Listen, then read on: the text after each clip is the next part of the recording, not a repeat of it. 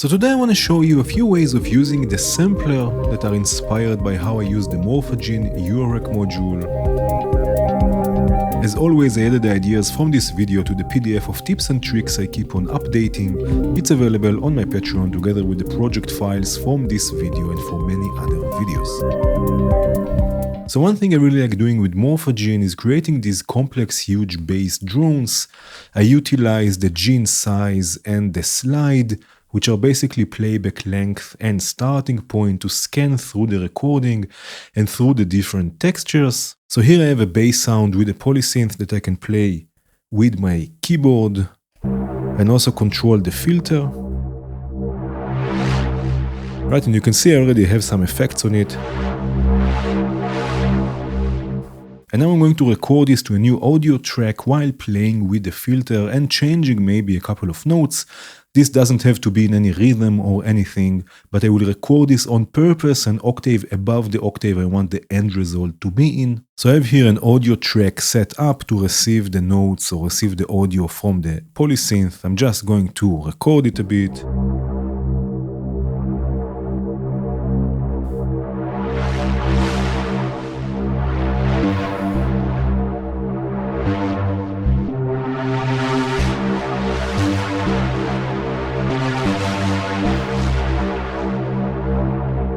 And now I will load this into the sampler which I have here. Right, I'm just dragging this audio into the sampler and now it's loaded. I have here a droning note set up. Right, so you can see I have the start a bit before the beginning with the cue marker also on it, so it will always just drone. You see it's not re-triggering the sample. Right, so we have this recording. I'm going to set this to textures mode, which is the granular playback. Let's play this again. I'm going to freeze it. Right, and now I can change the starting point. Right, of the sample. And also the grain size or the gene size like on Morphagene.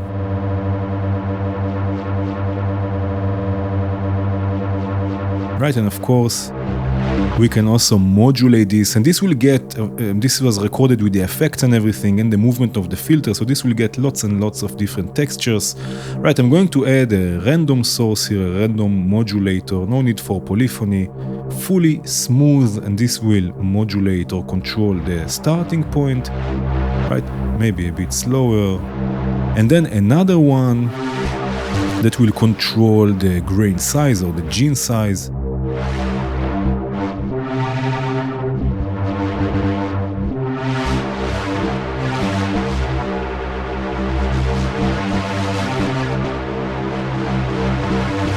Right, and of course we recorded this, or I recorded this an octave up of what I want the result to be in. So now I'm going to take this an octave down, and this will also slow everything down and will give us even more texture. So in the pitch here, I'm going to select -12, and by the way, I'm going to turn off this note follow just so I can play any note that I want here on the MIDI clip. Right, but now it's playing an octave down, also slower. Maybe we don't need the silencer, maybe something like this. Right, and we get a nice huge drone with lots of movement and variation.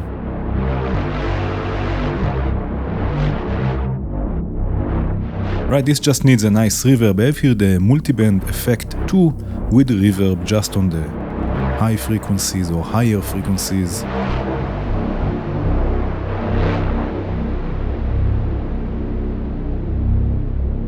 Right, of course in context it sounds even better. I have here a kick. And a rim shot actually is a sort of a bass. Or sort of a percussive bass, maracas, clap.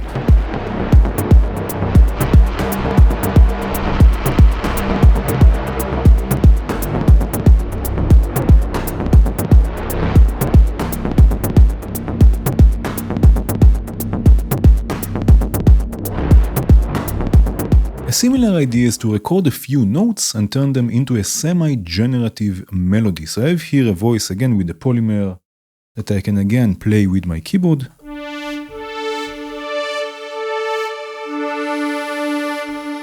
And in this case, I will record a few notes that are not really played as a melody, just notes that I want that will be included in the result, and again, record them an octave higher. So I have here also some effects, right? So it will record everything also with the effects. Again, I have an audio track already set up, so I can just record.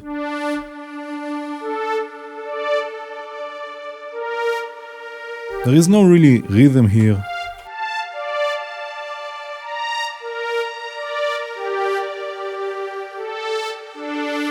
Right, and again it records everything also with the effects, and again loaded into a sampler that I have here. Also here I will disable the pitch tracking so it will not follow the piano roll. I will set this to loop, in this case let's say ping pong, and we don't need the silence here, right? Let's say something like this. Also here I have a drone set up, or a note drone. Again, the beginning is just before where the clip starts. And also this cue marker starts at the same point, so it will never re-trigger, it will always just loop.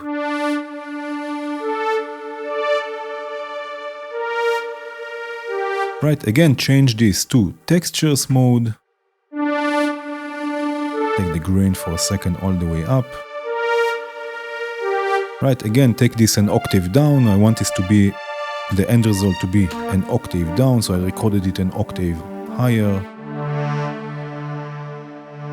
Right, and now the idea here is to play this back in different speeds and let the melody develop on its own, right? When I make this faster or slower.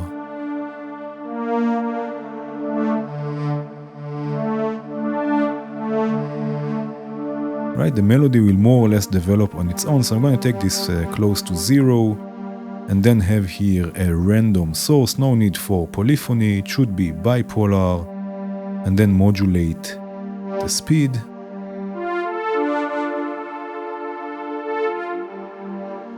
Right, and just for fun, another random source, again, no need for polyphony. In this case it will be fully smooth and it will modulate the grain size. We can also add motion, which means that the grains will move left and right randomly on their own, just to add a bit of extra movement.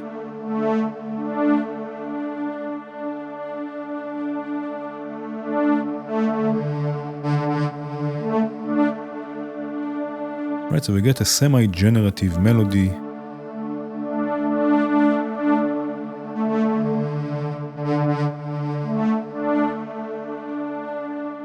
Of course, I have here more voices, I have here a pad.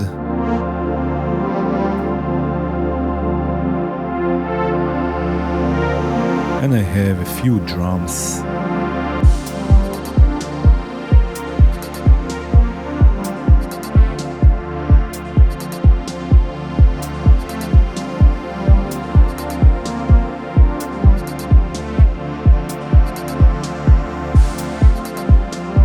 Another interesting feature of Morphagene is the ability to switch between splices, here with the organize function, which can be different sections of the same audio or different audio altogether. So I have here a guitar sample.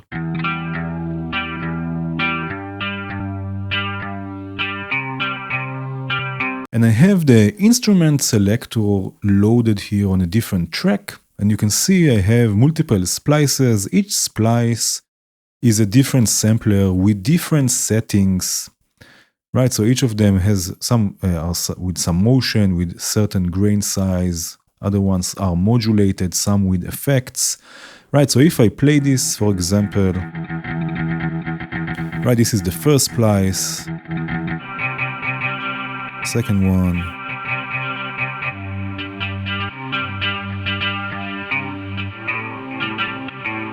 right, just playing different sections of the same sample basically, but a bit differently.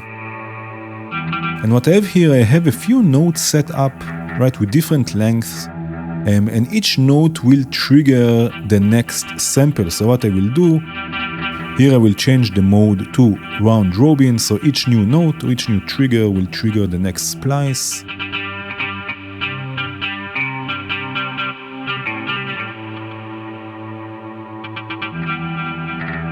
Right, this works again great also with different audio material completely. If I solo this for a second, Right, I have here different audio. So here it's a sort of a saxophone. Then I have here this sound. Then violin, cello, viola. Right, and in this case I will set them to trigger randomly, so a random adder, it will play always a random splice.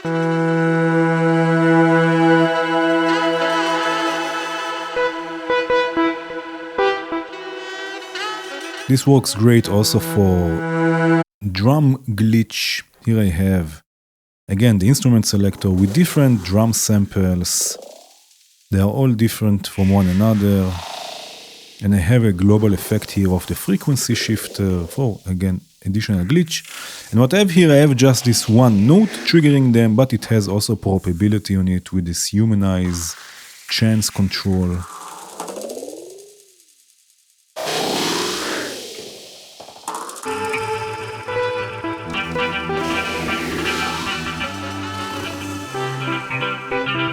Right, to this I have a bass, a pad, and an harp.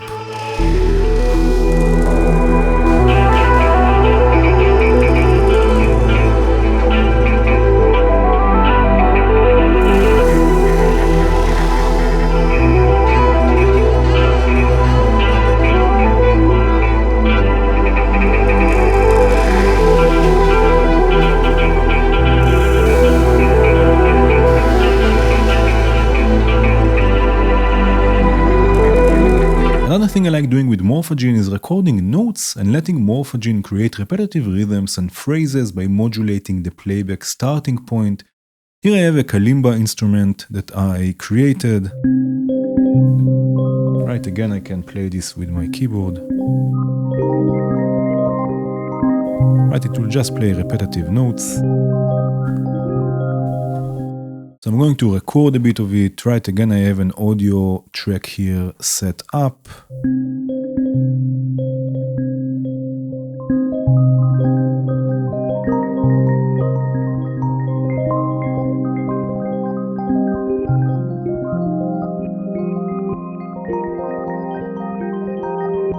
Right, something like this. Again, load it into a sampler. Disable the pitch tracking. And what I have here, I have a few notes, again with different lengths. So each one of them will re-trigger the sampler. Let's listen to this.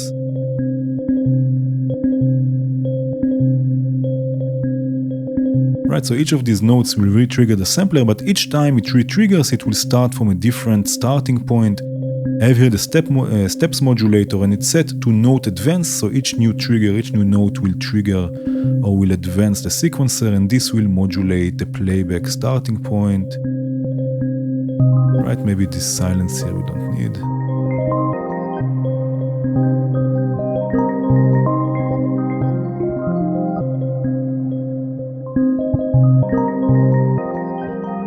Right, and we get something repetitive, sorts of rhythms and even phrases.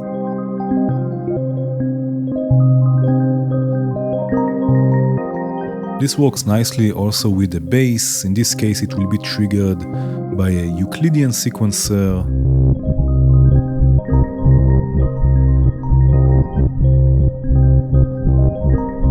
Right, again changing the starting point. This works nicely also with melodies.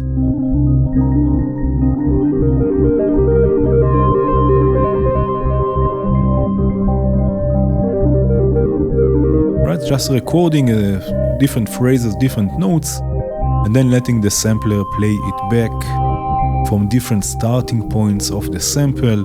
I have a few more voices before I unmute them. Thank you again so much for watching. I hope you enjoyed this video. Consider joining us on Patreon. Cheers!